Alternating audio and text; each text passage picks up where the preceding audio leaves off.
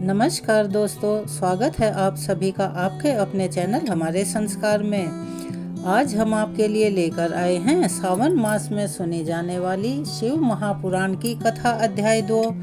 लेकिन उससे पहले आप सभी से नम्र निवेदन है, प्लीज चैनल को सब्सक्राइब करें, वीडियो को लाइक करें, ज़्यादा से ज़्यादा शेयर करें, बेल आइकन को भी दबाना ना भूलें। कमेंट्स बॉक्स में हर हर महादेव, श्री शिवाय नमस्तुभ्यम लिखना ना भूलें। आपका ये छोटा सा प्रयास हमारे लिए बहुत मददगार साबित होता है। हमने पहली कथा में शिव के चरित्र को जाना था। आज दूसरा दिन है, तो आज हम उनकी दिव्यता के बारे में जानेंगे। हर दिन इस श्रृंखला को अवश्य ही सुनना, क्योंकि जितना आप शिव पुराण को सुनते हैं उतने ही आपके हृदय में शिव के प्रति रुचि बढ़ती है और उनके निकट पहुंचते हैं। कथा को शुरू करने से पहले हाथ जोड़कर भगवान शिव से प्रार्थना करते हैं कि हे शिव शंकर भोलेनाथ, हमें अहंकार, मोह और क्रोध जैसे दोषों से मुक्त कराना। हम इस कथा को केवल कानों से ही नहीं सुने, बल्कि अपने हृदय में भी आत्मसात करें। ऐसी कृपा हम पर करना। आपका नाम ही हमारा सहारा है।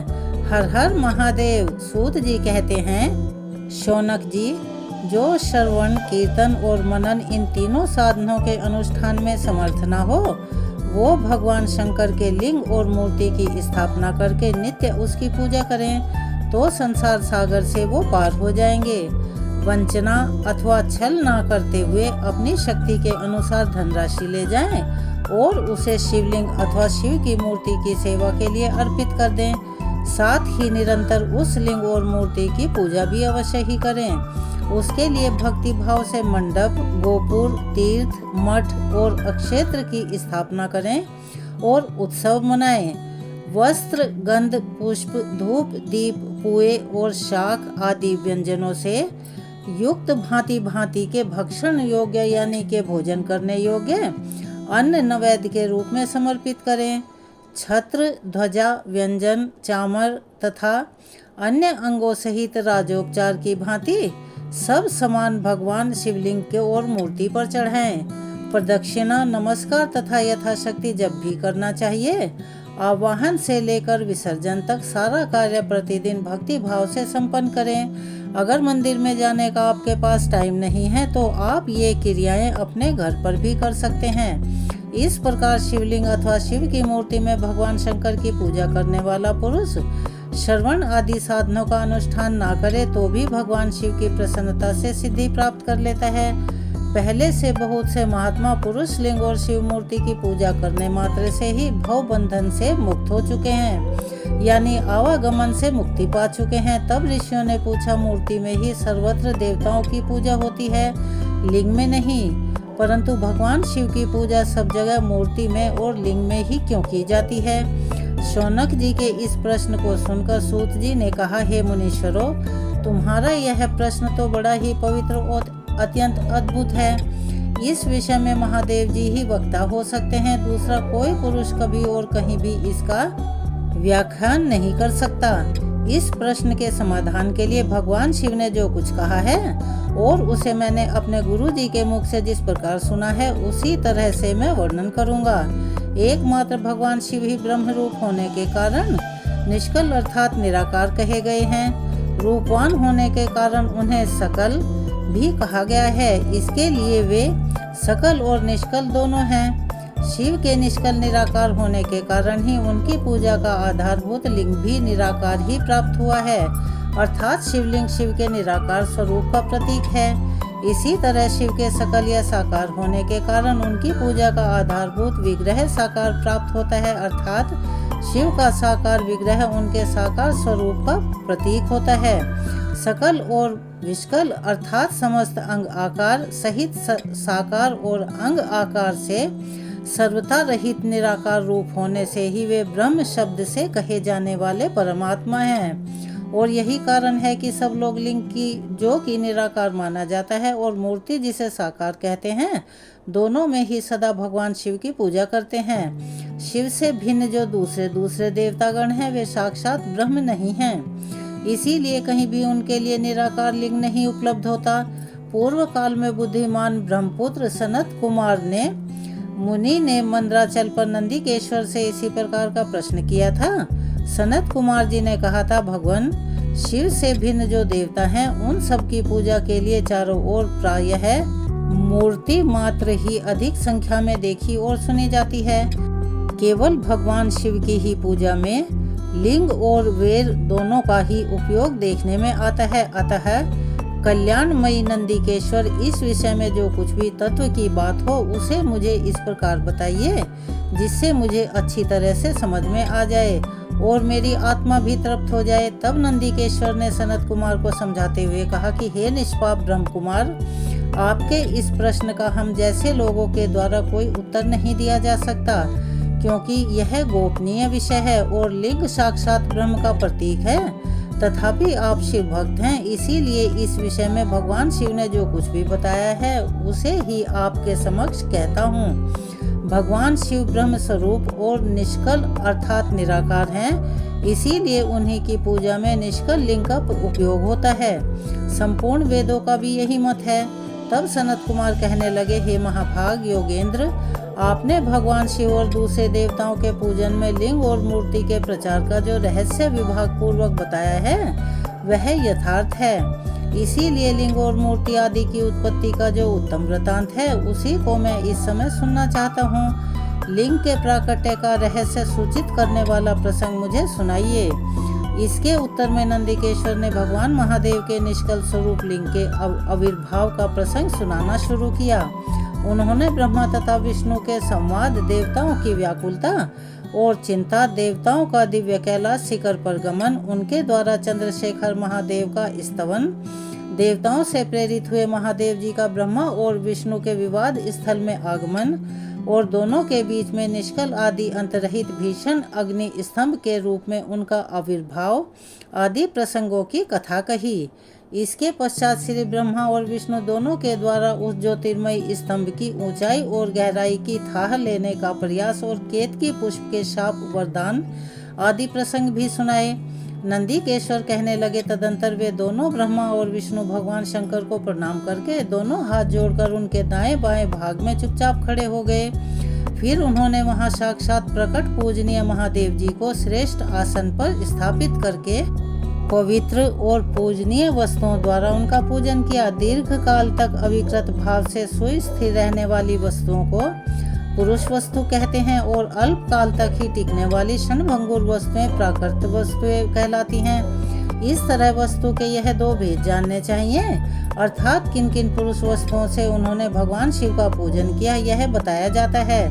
हार, नूपुर, केयूर, किरीट, मणिमयी कुंडल, यज्ञोपवीत, उत्तरी वस्त्र, पुष्पमाला, रेशमी वस्त्र, हार, मुद्रिका, पुष्प, तांबूल, कपूर, चंदन और अगरू का अनुलेप, धूप दीप, श्वेत छत्र, व्यंजन, ध्वजा, चमर तथा अनन्यान्य दिव्य उपहारों द्वारा जिनका वैभव वाणी और मन की पहुँच से परे था, जो केवल पशुपति अर्थात परमात्मा के ही योग्य थे और जिन्हें पशु कदापि नहीं पा सकते थे, उन दोनों ने अपने स्वामी महेश्वर का पूजन किया। सबसे पहले वहां ब्रह्मा जी और विष्णु जी ने भगवान शंकर की पूजा की। इससे प्रसन्न होकर भक्ति पूर्वक भगवान शिव ने वहां नम्र भाव से खड़े हुए उन दोनों देवताओं से मुस्कुराकर कहा, महेश्वर कहने लगे, हे पुत्रों, आज का दिन एक महान दिन है। इसमें तुम्हारे द्वारा जो आज मेरी पूजा हुई है इससे मैं तुम लोगों पर बहुत प्रसन्न हूँ। इस कारण यह दिन परम पवित्र और महान से महान होगा।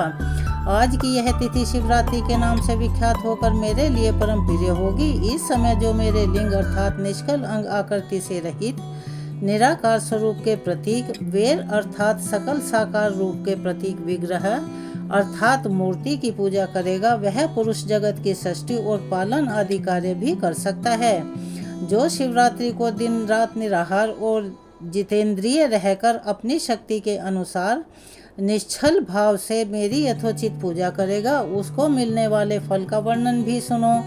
1 वर्ष तक निरंतर मेरी पूजा करने पर जो फल मिलता है वह सारा फल केवल शिवरात्रि को ही मेरा पूजन करने से मनुष्य तत्काल प्राप्त कर लेता है। जैसे पूर्ण चंद्रमा का उदय समुद्र की वृद्धि का अवसर है, ठीक उसी प्रकार यह शिवरात्रि तिथि मेरे धर्म की वृद्धि का समय है। इस स्थिति में मेरी स्थापना आदि का मंगलमयी उत्सव होना चाहिए। पहले जब मैं ज्योतिर्मय स्तंभ रूप से प्रकट हुआ था, वह समय मार्गशीर्ष मास में आद्रा नक्षत्र से युक्त पूर्णमासी या प्रतिपदा है। जो पुरुष मार्गशीर्ष मास में आद्रा नक्षत्र होने पर पार्वती सहित मेरा दर्शन करता है अथवा मेरी मूर्ति या लिंग की ही झांकी करता है, यानी कि उनका छोटा सा भी दर्शन कर लेता है, आते जाते उनकी निगाहों में अगर वो आ जाता है, वह मेरे लिए कार्तिकेय से भी अधिक प्रिय है। उस शुभ दिन को मेरे दर्शन मात्र से पूरा फल प्राप्त होगा। यदि दर्शन के साथ साथ मेरा पूजन भी किया जाए तो इतना अधिक फल प्राप्त होता है कि उसका वर्णन वाणी के द्वारा नहीं किया जा सकता। वहाँ पर मैं लिंग रूप में प्रकट होकर बहुत बड़ा हो गया था, अतः लिंग के कारण यह भूतल लिंग स्थान के नाम से प्रसिद्ध हुआ। संसार के लोग इसका दर्शन और पूजन कर सकें, इसके लिए यह अनादि और अनंत ज्योति स्तंभ अथवा ज्योतिर्मयी लिंग अत्यंत छोटा हो जाएगा। यह लिंग सभी प्रकार के भोग सुलभ कराने वाला और भोग और मोक्ष का एकमात्र साधन है। इसका दर्शन, स्पर्श और ध्यान यदि किया जाए तो यह प्राणियों को जन्म और मृत्यु के कष्ट से मुक्ति दिला सकता है। अग्नि के पहाड़ जैसा यह शिवलिंग यहाँ प्रकट हुआ है, इसके कारण यह स्थान अरुणाचल नाम से प्रसिद्ध होगा। यहाँ अनेक प्रकार के बड़े बड़े तीर्थ प्रकट होंगे। इस स्थान में निवास करने या मरने से जीवों को मोक्ष मिल जाएगा। मेरे दो रूप हैं, सकल और निष्कल। दूसरे किसी के ऐसे रूप नहीं हैं। पहले मैं स्तंभ रूप में प्रकट हुआ था, फिर अपने साक्षात रूप से ब्रह्म भाव मेरा निष्कल रूप है और महेश्वर भाव सकल रूप। ये दोनों मेरे ही सिद्ध रूप हैं। मैं ही पर ब्रह्म परमात्मा हूँ। कला युक्त और अकल मेरे ही स्वरूप हैं। ब्रह्म रूप होने के कारण मैं ईश्वर भी हूँ। जीवों पर अनुग्रह करना आदि मेरे कार्य हैं।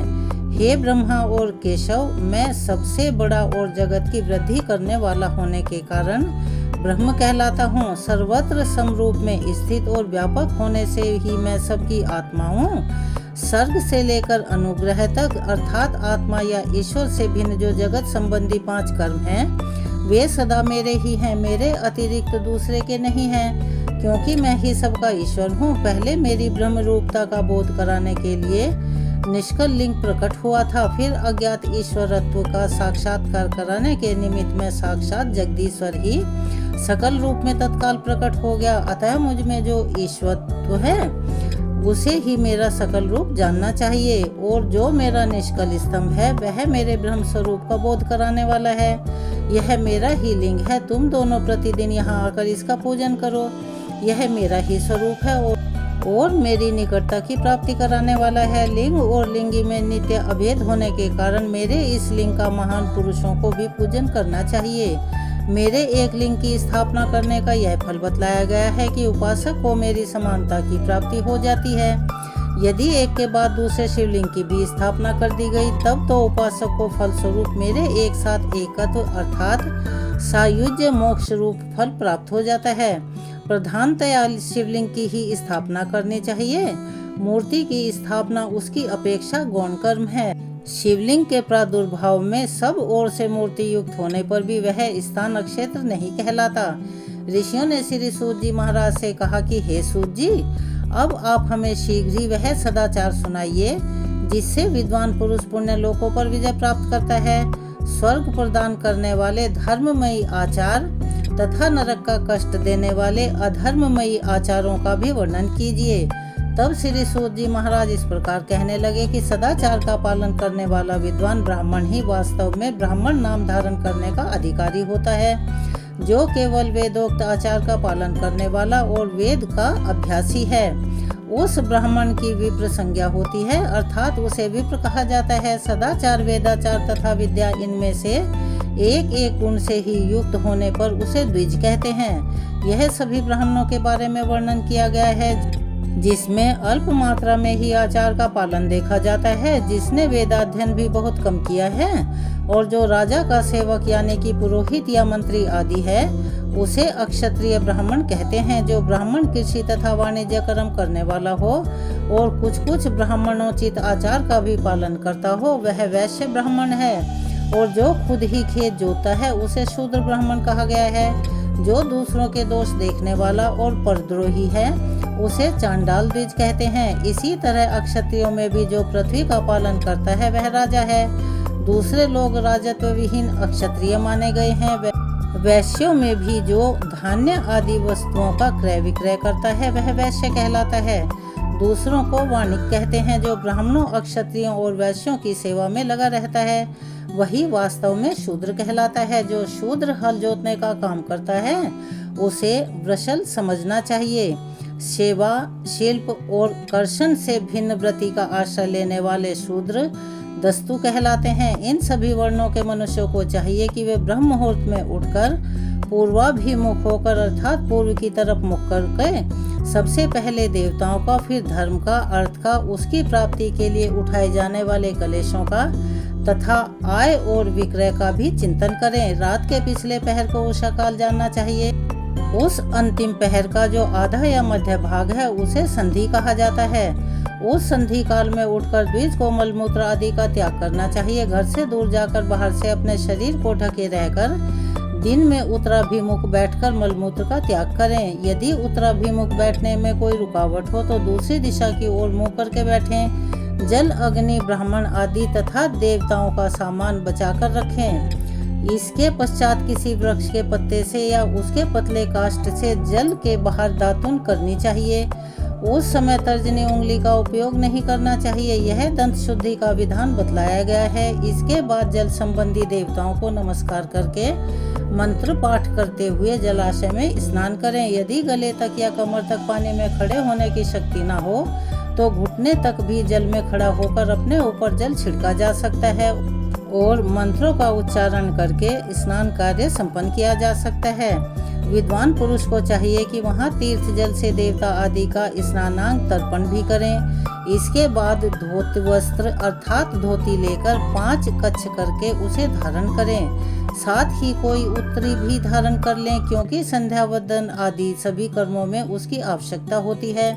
नदी आदि तीर्थों में स्नान करने के बाद स्नान संबंधी उतारे हुए वस्त्रों को वहां पर कभी न धोएं। स्नान करने के पश्चात विद्वान पुरुष भीगे हुए उस वस्त्र को बावड़ी में कुएं के पास अथवा घर आदि में ले जाएं और वहां पर पत्थर पर, लकड़ी पर या जल पर या किसी भी स्थल पर अच्छी तरह धोकर उस वस्त्र को निचोड़ना चाहिए। अक्सर लोग क्या करते हैं कि गंगा जी आदि में स्नान करने जाते हैं, वहीं पर स्नान करने के बाद उसी बहते जल में अपने वस्त्र धोकर उसी जल में निचोड़ भी देते हैं, जिससे बहुत भारी पाप लगता है। अगर आप में से भी कुछ लोग ऐसा करते हैं तो अब से आप ऐसा मत कीजिएगा। हे द्विजों, वस्त्र को निचोड़ने से जो जल गिरता है वह एक श्रेणी के पितरों की तृप्ति के लिए होता है। इसके पश्चात जाबली उपनिषद में बताए गए हैं, अग्नि मंत्र से भस्म लेकर उसके द्वारा त्रिपुंड लगाएं। अगर इस विधि का पालन न किया जाए और इसके पहले ही यदि जल में भस्म गिर जाए तो गिरने वाला नरक में जाता है। प्रातः काल की संध्या उपासना में गायत्री मंत्र का जाप करके 3 बार ऊपर की ओर सूर्य देव को अर्घ देना चाहिए। हे ब्राह्मणों, मध्याह्न काल में गायत्री मंत्र के उच्चारण पूर्वक सूर्य देव को एक ही अर्घ देना चाहिए और फिर सायंकाल आने पर पश्चिम की ओर मुख करके बैठ जाएं और पृथ्वी पर ही सूर्य के लिए अर्घ देना चाहिए। उस समय हाथ ऊपर की ओर उठाकर जल अर्पित नहीं करना चाहिए। प्रातः काल और मध्याह्न काल के समय अंजुलि में जल भरकर उंगलियों की ओर से सूर्य देव को अर्घ देना चाहिए। फिर उंगलियों के छिद्र से ढलते हुए सूर्य देव को देखना चाहिए और उसके लिए स्वतः प्रदक्षिणा करके अर्थात परिक्रमा करके शुद्ध आचमन करना चाहिए। सायंकाल में सूर्यास्त से 2 घड़ी पहले की हुई संध्या निष्फल होती है, क्योंकि यह सायंकाल की संध्या का समय नहीं होता। ठीक समय पर संध्या करनी चाहिए, यानी कि शाम की पूजा करनी चाहिए। ऐसा शास्त्रों में आज्ञा दी गई है। यदि शाम की पूजा किए बिना दिन बीत जाए तो प्रत्येक समय के लिए क्रमशः प्रायश्चित करना चाहिए। यदि एक दिन बीते तो प्रत्येक बीते हुए संध्या काल के लिए नित्य नियम के अतिरिक्त 100 गायत्री मंत्रों का जाप करना चाहिए। यदि नित्य कर्म के लुप्त हुए 10 दिन से अधिक दिन बीत जाएं, तब उसके प्रायश्चित रूप में 1 लाख गायत्री मंत्र का जप करना चाहिए। और यदि 1 मास तक नित्य कर्म छूट जाए तो पुनः अपना उपनयन संस्कार कराएं। अर्थ सिद्धि के लिए ईश, गौरी, कार्तिकेय, विष्णु जी, ब्रह्मा जी, चंद्रमा और यम तथा ऐसे ही अन्य देवताओं का भी शुद्ध जल से तर्पण करें। फिर तर्पण कर्म को ब्रह्मार्पण करके शुद्ध आचमन करें। तीर्थ के दक्षिण प्रशस्त मठ में, मंत्रालय में, देवालय में, घर में अथवा किसी अन्य नियत स्थान में आसन पर स्थिरता पूर्वक बैठकर विद्वान पुरुष अपनी बुद्धि को स्थिर करें और संपूर्ण देवताओं को नमस्कार करके पहले प्रणव का जप करने के पश्चात गायत्री मंत्र की आवृत्ति करें। प्रणव के आ और माँ इन तीनों अक्षरों से जीव ब्रह्म की एकता का प्रतिपादन होता है। इस बात को जानकर कि प्रणव अर्थात ओम का जप करना चाहिए। जप करते समय यह भावना रहनी चाहिए कि हम तीनों लोकों की सृष्टि करने वाले ब्रह्मा, पालन करने वाले विष्णु और संहार करने वाले रुद्र जी की, जो कि शिव हैं, स्वयं प्रकाश चिन्ह में उपासना करते हैं। यह ब्रह्म स्वरूप ओंकार हमारी कर्मेंद्रियों और ज्ञानेंद्रियों की वृत्तियों को, मन की वृत्तियों को और बुद्धि वृत्तियों को सदा भोग और मोक्ष प्रदान करने वाले धर्म और ज्ञान की ओर प्रेरित करें। प्रणव के इस अर्थ का बुद्धि के द्वारा चिंतन करता हुआ जो इसका जप करता है वह निश्चय ही ब्रह्म को प्राप्त कर लेता है, या अर्थानुसंधान के बिना भी प्रणव का नित्य जप करना चाहिए। इससे ब्राह्मणत्व की पूर्ति होती है। ब्राह्मणत्व की पूर्ति के लिए श्रेष्ठ ब्राह्मण को प्रतिदिन प्रातः काल 1 सहस्त्र गायत्री मंत्र का जाप करना चाहिए। मध्याह्न काल में 100 बार, सायंकाल में 28 बार जप करने की विधि बताई गई है। अन्य वर्णों के लोगों को अर्थात क्षत्रिय तथा वैश्य को तीनों संध्याओं के समय यथा साध्य गायत्री का जप करना चाहिए। शरीर के भीतर मूलाधार, स्वादिष्ठान, मणिपुर, अनाहत, आज्ञा और सहस्त्रार, यह 6 चक्र होते हैं। इनमें मूलाधार से लेकर सहस्त्रार तक 6 स्थानों में क्रमशः विद्वेश्वर, ब्रह्मा, विष्णु, ईश, जीवात्मा और परमेश्वर स्थित होते हैं। इन सब में ब्रह्म बुद्धि करके इनकी एकता का निश्चय करें और वह ब्रह्म मैं ही हूँ, ऐसी भावना पूर्वक प्रत्येक सांस के साथ 100 अहम का जाप करें। उन्हीं विद्वेश्वर आदि के ब्रह्मंद्र आदि में तथा इस शरीर से बाहर भी भावना करनी चाहिए। प्रकृति के विकारभूत महत्व से लेकर पंचभूत पर्यंत तत्वों से बना हुआ जो शरीर है, ऐसे सहस्त्रों शरीरों को एक एक अजपा गायत्री के जप से एक एक के क्रम से अतिक्रमण करके जीव को धीरे धीरे परमात्मा से संयुक्त करें। यह जप का तत्व बताया गया है। 100 या फिर 28 मंत्रों के जप से उतने ही शरीरों का अतिक्रमण होता है।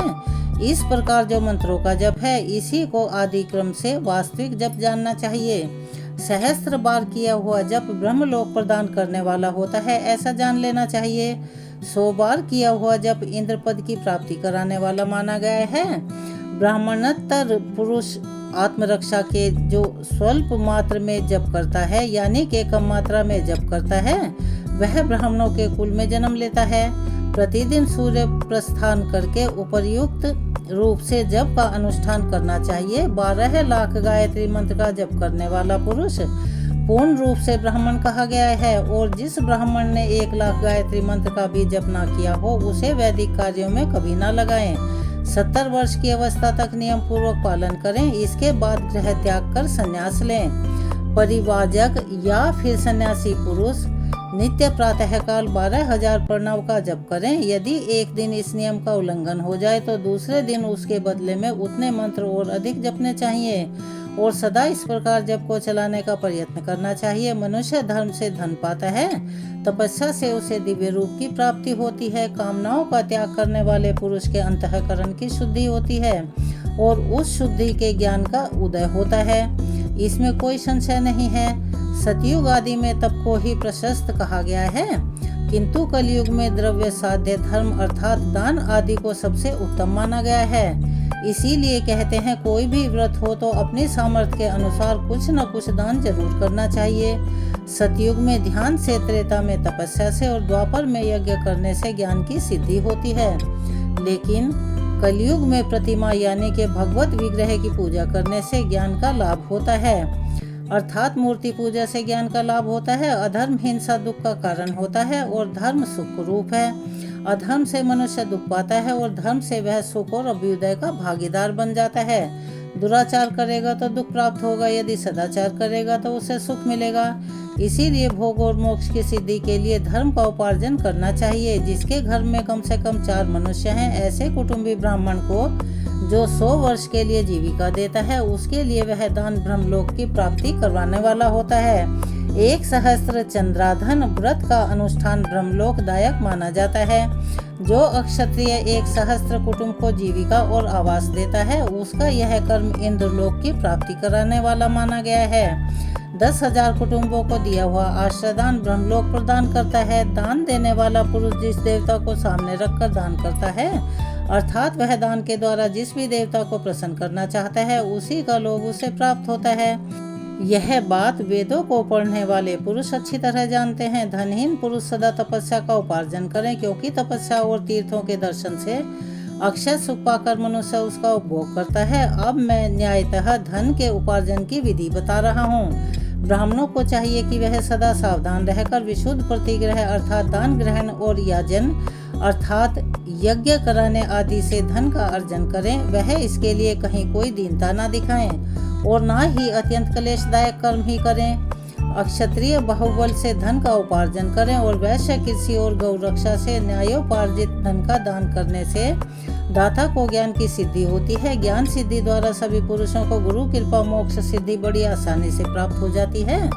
मोक्ष से ब्रह्म रूप की स्थिति प्राप्त होती है और फिर जिससे मुक्त पुरुष परमानंद का अनुभव करता है।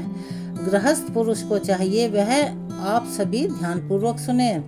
गृहस्थ पुरुष को चाहिए कि यह धन धान्य आदि सभी वस्तुओं का दान करें। वह तृषा निवृत्ति के लिए जल और शुद्ध रूपी रोग की शांति के लिए सदा अन्नदान करें।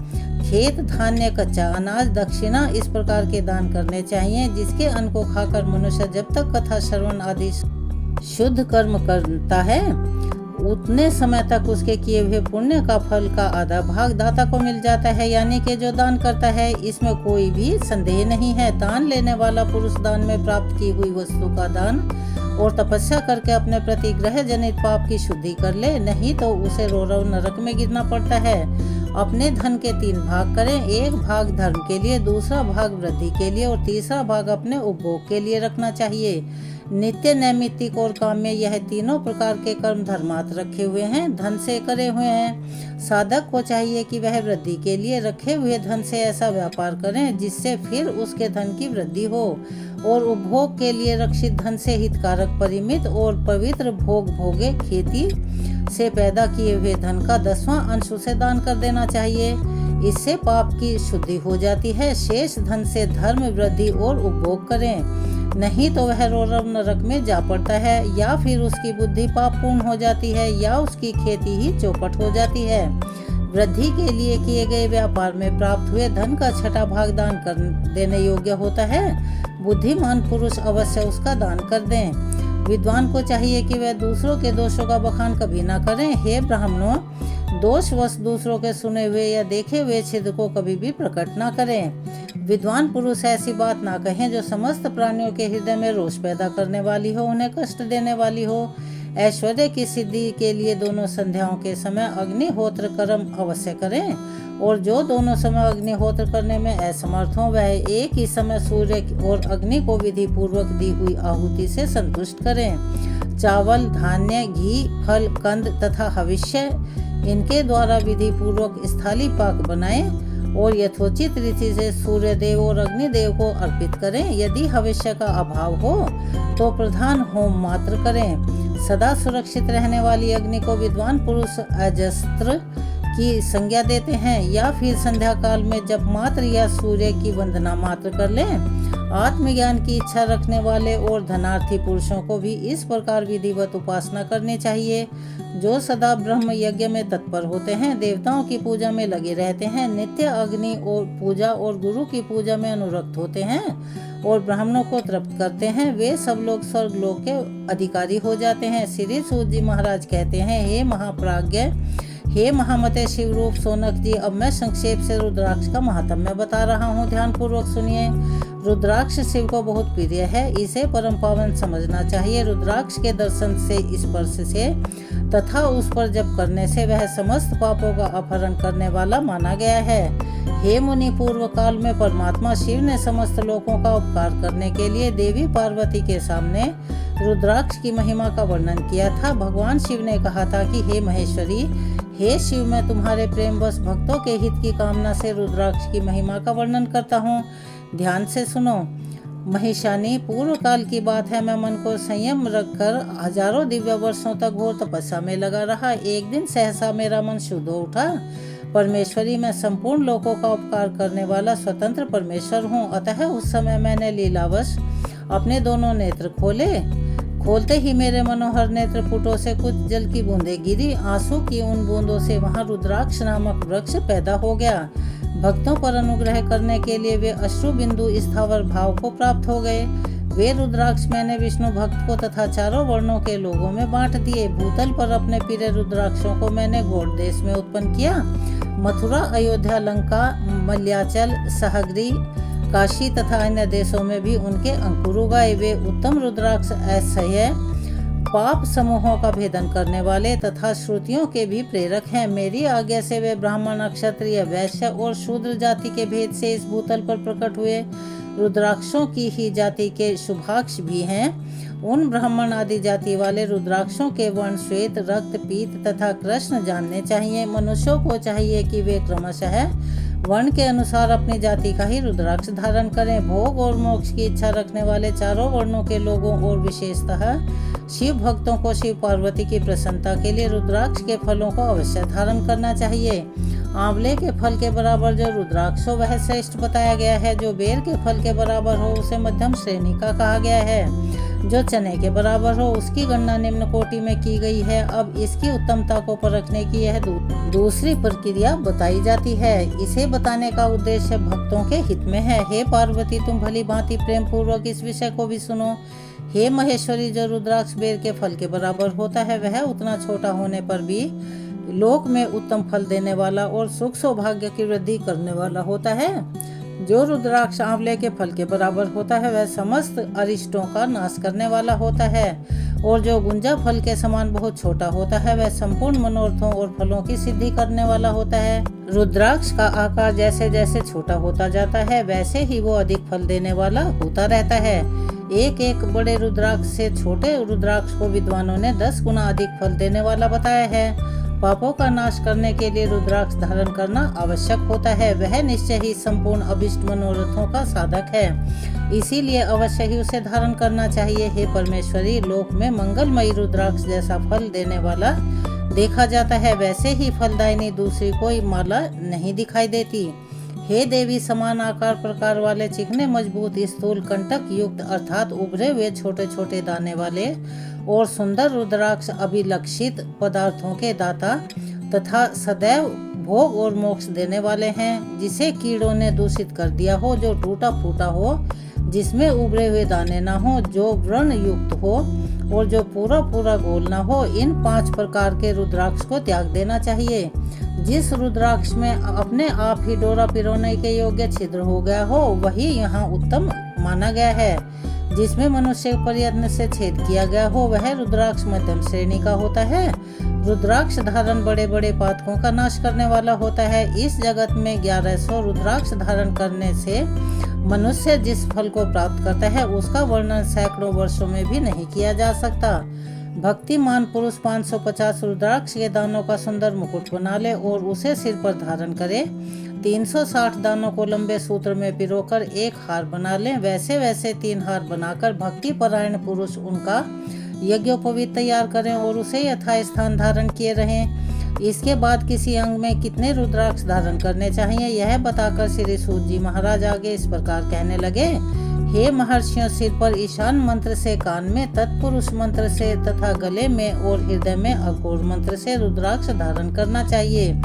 विद्वान पुरुष दोनों हाथों में अघोर बीज मंत्र से रुद्राक्ष धारण करें। उदर पर वामदेव मंत्र से 15 रुद्राक्षों द्वारा गुथी हुई माला धारण करें अथवा अंगों सहित प्रणव का 5 बार जप करें। रुद्राक्ष की 3, 5 या 7 मालाएं धारण करें अथवा मूल मंत्र नमः शिवाय से ही समस्त रुद्राक्षों को धारण करें।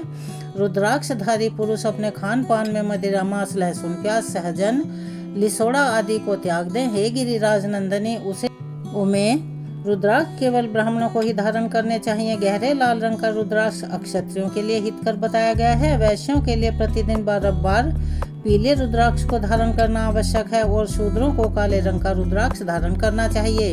यह वेदोक्त मार्ग है। ब्रह्मचारी, वानप्रस्थ, गृहस्थ और सन्यासी सबको नियम पूर्वक रुद्राक्ष धारण करना उचित होता है। इसे धारण करने का सौभाग्य बड़े पुण्य से प्राप्त होता है। हे उमे, पहले आंवले के बराबर और फिर उससे भी छोटे रुद्राक्ष धारण करें। जो रोगी हो, जिसमें दाने ना हो, जिसे कीड़ों ने खा लिया हो, जिसमें पिरोने योग्य छेद ना हो, ऐसे रुद्राक्ष मंगलाकांक्षी पुरुषों को नहीं धारण करने चाहिए। रुद्राक्ष मेरा मंगलमय लिंग विग्रह है। यह अंततः गत्वा चने के बराबर लघुतर होता है।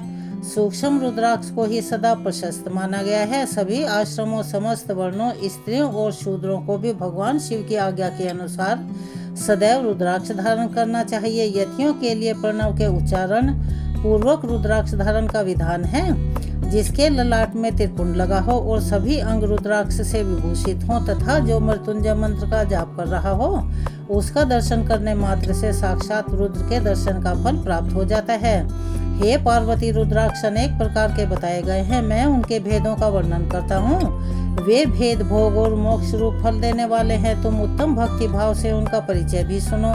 एक मुख वाला रुद्राक्ष साक्षात शिव का स्वरूप माना जाता है। वह भोग और मोक्ष रूपी फल प्रदान करता है। जहाँ रुद्राक्ष की पूजा होती है, वहाँ से कभी भी लक्ष्मी जी दूर नहीं जाती। उस स्थान के सारे उपद्रव नष्ट हो जाते हैं और वहाँ रहने वाले लोगों की संपूर्ण कामनाएं पूर्ण होती हैं। दो मुख वाला रुद्राक्ष देव देवेश्वर कहा गया है। वह संपूर्ण कामनाओं और फलों को देने वाला है।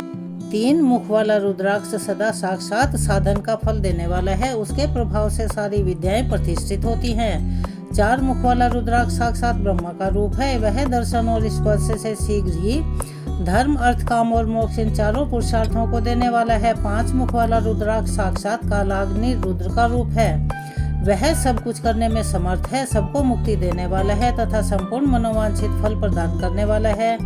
पंचमुखी रुद्राक्ष समस्त पापों को नष्ट कर देता है। छह मुखों वाला रुद्राक्ष कार्तिकेय का स्वरूप है। यदि दाहिनी बाह में उसे धारण किया जाए तो धारण करने वाला मनुष्य ब्रह्म हत्या आदि पापों से मुक्त हो जाता है। इसमें कोई संदेह नहीं है। हे महेश्वरी, सात मुख वाला रुद्राक्ष अनंग स्वरूप और अनंग नाम से ही प्रसिद्ध है। हे देवेश, उसको धारण करने से दरिद्र भी ऐश्वर्यशाली हो जाता है। आठ मुख वाला रुद्राक्ष अष्टमूर्ति भैरव रूप है। उसको धारण करने से मनुष्य पूर्णायु होता है और मृत्यु के पश्चात त्रिशूलधारी शंकर हो जाता है। नौ मुख वाले रुद्राक्ष को भैरव तथा कपिल मुनि का प्रतीक माना गया है अथवा नौ रूप धारण करने वाली महेश्वरी दुर्गा उसकी अधिष्ठात्री देवी मानी गई है। जो मनुष्य भक्ति परायण होकर अपने बाएं हाथ में नव मुख रुद्राक्ष को धारण करता है, वह निश्चय ही मेरे समान सर्वेश्वर हो जाता है। इसमें कोई संदेह नहीं है। हे महेश्वरी, 10 मुख वाला रुद्राक्ष साक्षात भगवान विष्णु का स्वरूप है। हे देवी ऋषि, उसको धारण करने से मनुष्य की संपूर्ण कामनाएं पूर्ण हो जाती हैं। हे परमेश्वरी, 11 मुख वाला जो रुद्राक्ष है वह रुद्र रूप है। उसको धारण करने से मनुष्य सर्वत्र विजयी होता है। 12 मुख वाले रुद्राक्ष को केश प्रदेश में धारण करें। उसके धारण करने से मानव मस्तक पर 12 आदित्य विराजमान हो जाते हैं। 13 मुख वाला रुद्राक्ष विश्व देवों का स्वरूप है और उसको धारण करने के मनुष्य संपूर्ण अभिष्टों को प्राप्त करता तथा सौभाग्य तथा मंगल लाभ करता है। 14 मुख वाला जो रुद्राक्ष है वह परम शिव रूप है। उसे भक्ति पूर्वक मस्तक पर धारण करे। ऐसा करने से समस्त पापों का नाश हो जाता है। हे गिरिराज कुमारी, इस प्रकार मुखों के भेद से रुद्राक्ष के 14 भेद बताए गए हैं। अब तुम क्रमशः उन रुद्राक्षों के धारण करने के मंत्रों को भी प्रसन्नता पूर्वक सुनो। पहला ओम हंग नमः, दूसरा ओम नमः, तीसरा ओम क्लिंग नमः, चौथा ओम ह्रींग नमः, पांचवा ओम हंग नमः, छठा ओम हंग हुमंग नमः, सातवां ओम हुम नमः, आठवां ओम हुम नमः, नवा ओम ह्रींग हुंग नमः, 10वां ओम ह्रींग नमः, 11वां ओम ह्रींग हुम नमः, 12वां ओम क्रोंग शंग रंग नमः, 13वां ओम ह्रींग नमः और 14वां ओम नमः। इन 14 मंत्रों द्वारा क्रमशः 1 से लेकर 14 मुख वाले रुद्राक्ष को धारण करने का विधान है। साधक को चाहिए कि वह निद्रा और आलस्य का त्याग करके भक्ति और श्रद्धा भाव से संपन्न होकर संपूर्ण मनोरथों की सिद्धि के लिए उक्त मंत्रों द्वारा उन रुद्राक्षों को धारण करें। रुद्राक्ष की माला धारण करने वाले पुरुष को देखकर भूत प्रेत पिशाच डाकिनी शाकिनी तथा जो अन्य द्रोहकारी राक्षस आदि हैं वे सब के सब दूर भाग जाते हैं। जो कृत्रिम अभिचार आदि प्रयुक्त होते हैं वे सब रुद्राक्षधारी को देखकर सशंक होकर दूर खिसक जाते हैं। हे पार्वती, रुद्राक्ष मालाधारी पुरुष को देखकर मैं शिव, भगवान विष्णु, देवी दुर्गा, गणेश, सूर्य तथा अन्य देवता भी प्रसन्न हो जाते हैं। हे महेश्वरी, इस रुद्राक्ष की महिमा को जानकर धर्म की वृद्धि के लिए भक्ति पूर्वक पूर्वोक्त मंत्रों द्वारा विधि पूर्वक उसे धारण करना चाहिए। हे मुनीश्वर, भगवान शिव ने देवी पार्वती के सामने जो कुछ भी कहा था वह सब तुम्हारे प्रश्न के अनुसार मैंने कह सुनाया। हे मुनीश्वरों, मैंने तुम्हारे सामने इस विद्वेश्वर संहिता का वर्णन किया है। यह संहिता पूर्ण सिद्धियों को देने वाली तथा भगवान शिव की आज्ञा से नित्य मोक्ष प्रदान करने वाली है। हर हर महादेव, बम बम भोले। आज की कथा को हम यहीं विराम देते हैं। इसके आगे की कथा हम अपनी कल आने वाली वीडियो में सुनाएंगे, उसे भी आप अवश्य ही सुनिएगा। और चैनल को सब्सक्राइब करें, वीडियो को लाइक और शेयर करें, बेल आइकन दबाना ना भूलें। कमेंट्स बॉक्स में हर हर महादेव बम बम भोले लिखना ना भूलें। अपना प्यार और सहयोग हमें ऐसे ही प्रदान करते रहें। धन्यवाद।